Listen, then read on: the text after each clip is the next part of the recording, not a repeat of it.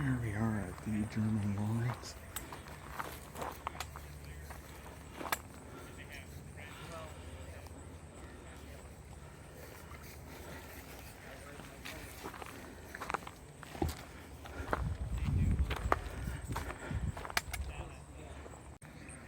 Once again, now we're behind the German lines. Not something that Americans usually want to see or say. You can see how they're setting up a position here.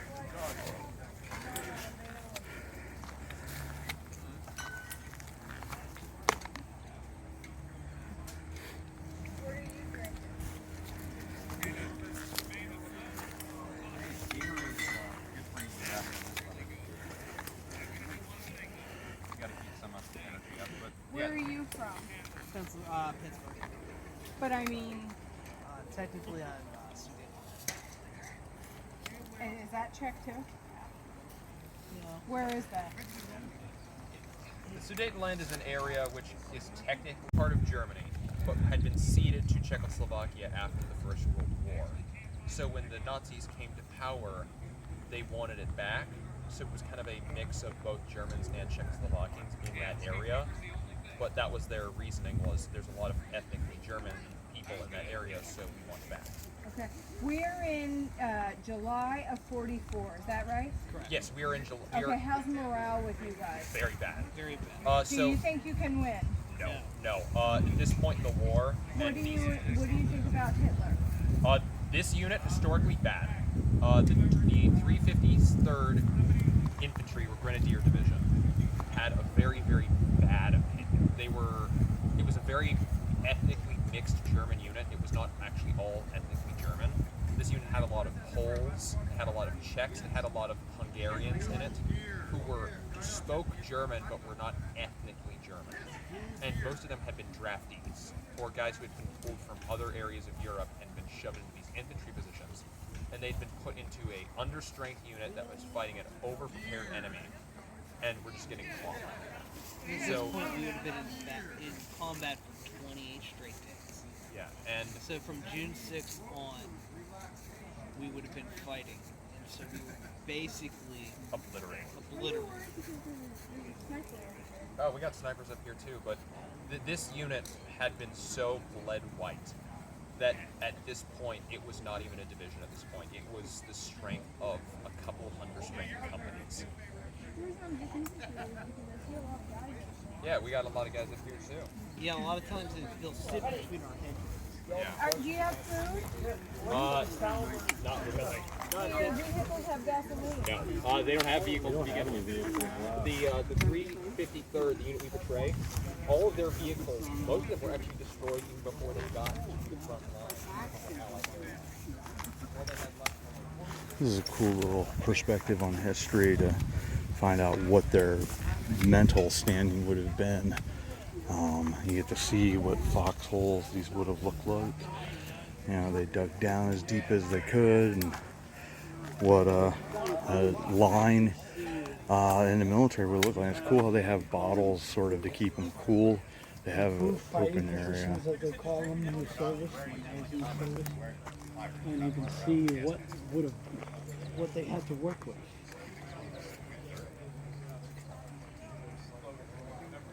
These foxholes were essential to your survival, or a chance at survival, I should say.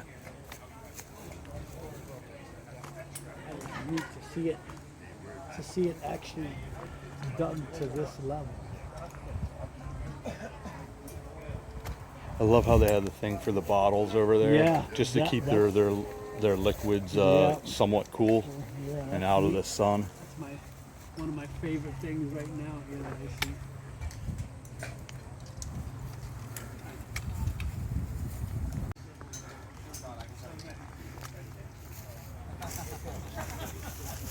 Oh yeah, no, I entirely understand. I'd say thank you. When I was 10. You're Hogan. It's just really, really neat. This is a side, too, as Americans, we don't see. You get to see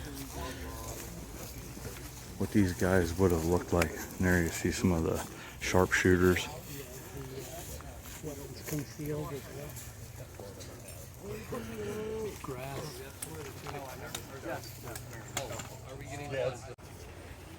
You actually get to see what an encampment would have been as they prepare for battle.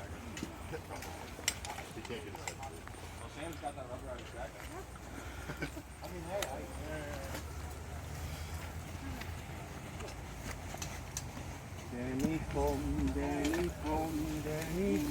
wieder kom, wieder kom. Stay home, one more year. Everyone wants this stupid, and I like it.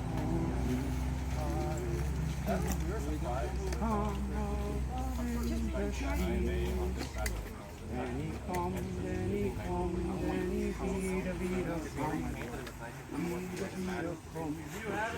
See, this would have been one of the things that you would have felt actually before a battle. Is a guy would have started to sing, sort of soothe themselves, and other guys would have joined in because they knew what was coming. It's like I said.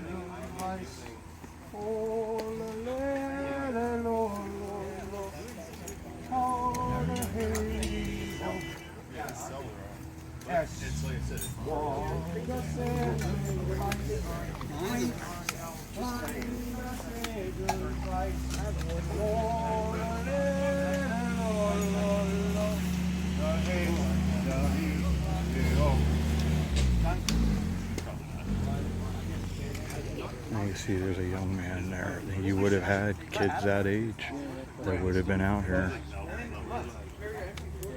It's sort of, I'll say it sort of hits home, you know, because my dad fought in World War II, that this is what it would have looked like. I mean, on a much grander scale, of course, but still, it's like, you know, these guys were fighting for their homeland, they were fighting for their country, and, you know,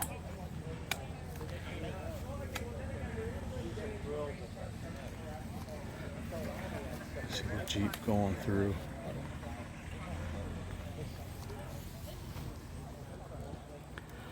This is what one of their vehicles would have looked like. That would have been yellow. Yeah.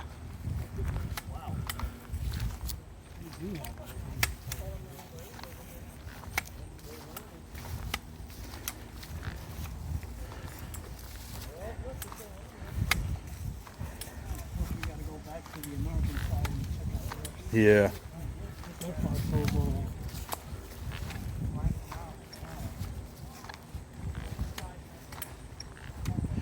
This sort of, yeah, I mean, also you look at, you know, they had the deeper holes.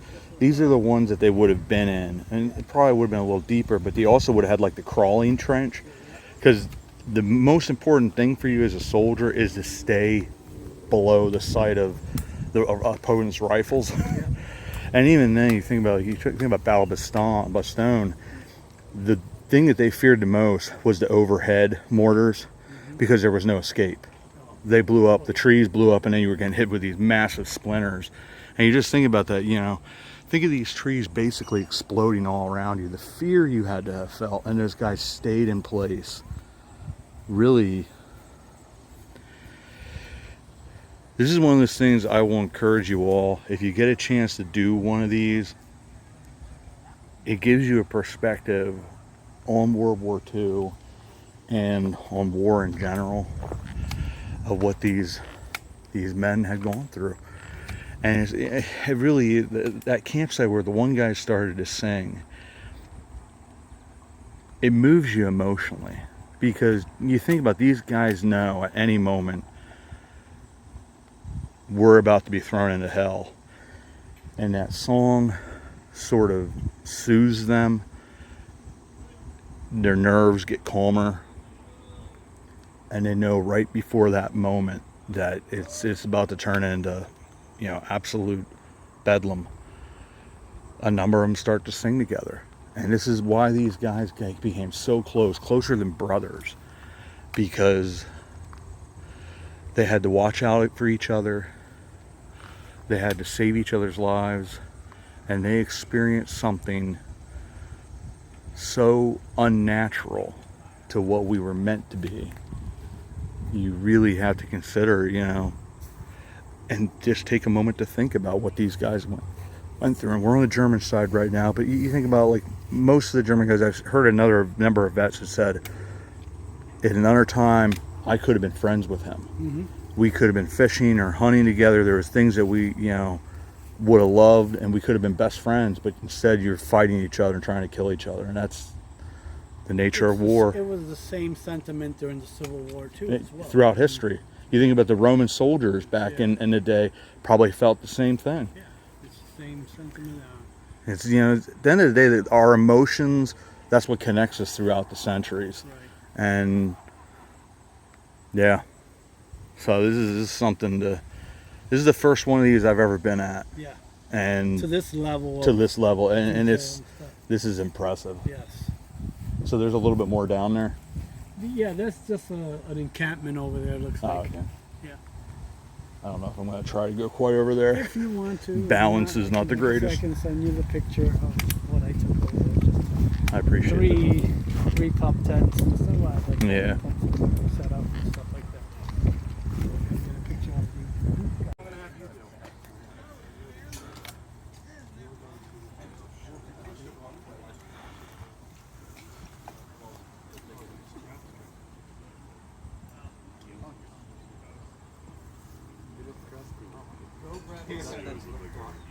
Were you carrying it? It's in there, it's a little pack. Yes, I did. Rifles. Everyone, drink Fossa. Drink Fossa.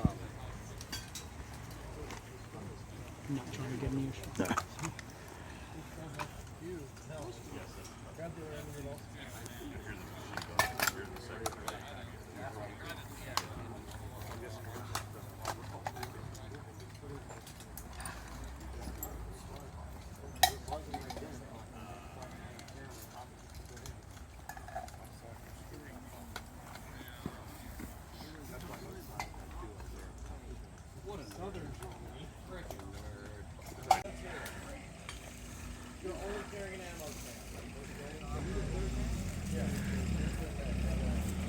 Love the version of the blackout light.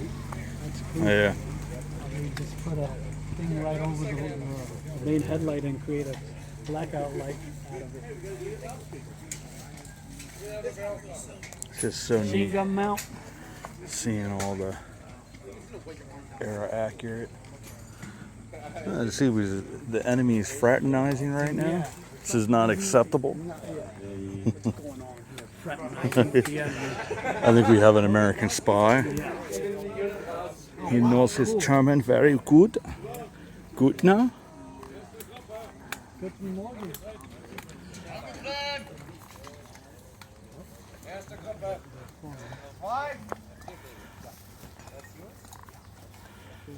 See the medic there.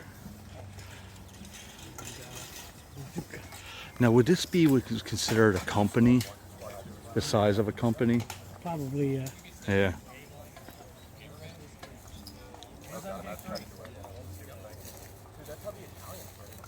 You can go ahead. yeah. More like, yeah, company level. That would do that.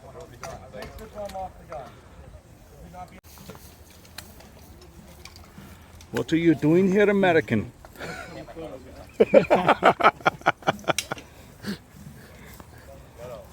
Spy, he's a spy.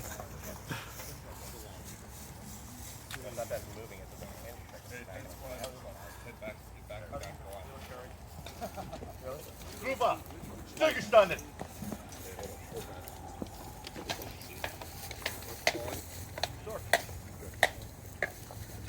You got your machine gun crew.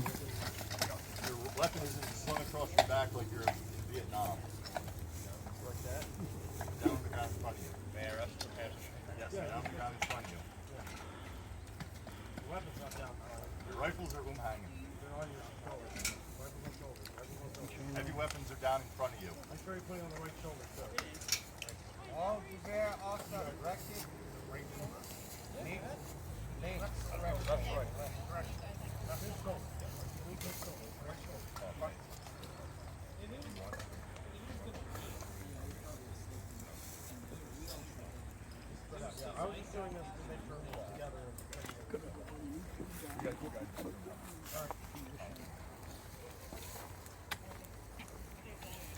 Stillgestanden.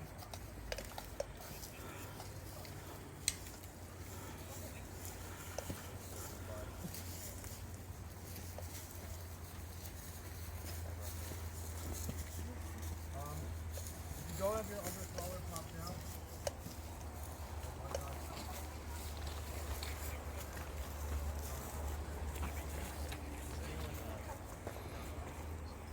Does anyone not want their photo taken? Raise your hand.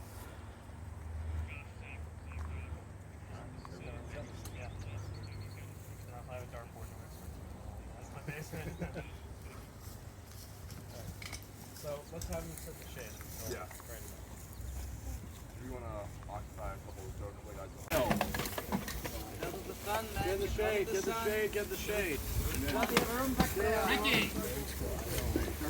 Ricky, Derek, Mitchell, in the hole. Big squad.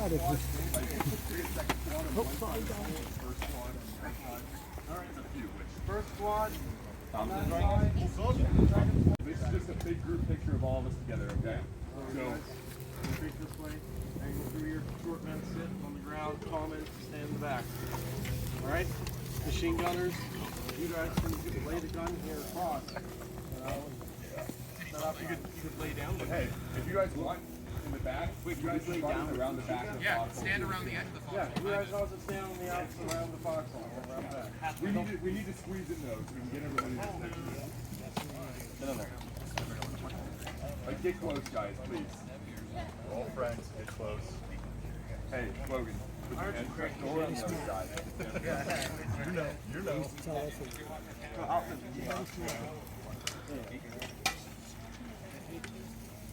Oh yeah, you'll sink at this hole.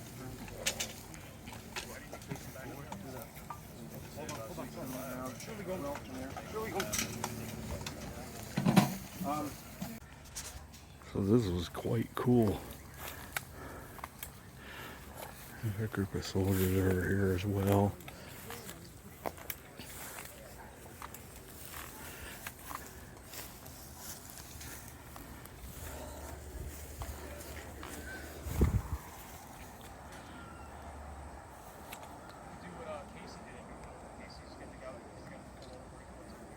Gonna try to run around and get to him while he was still pretty.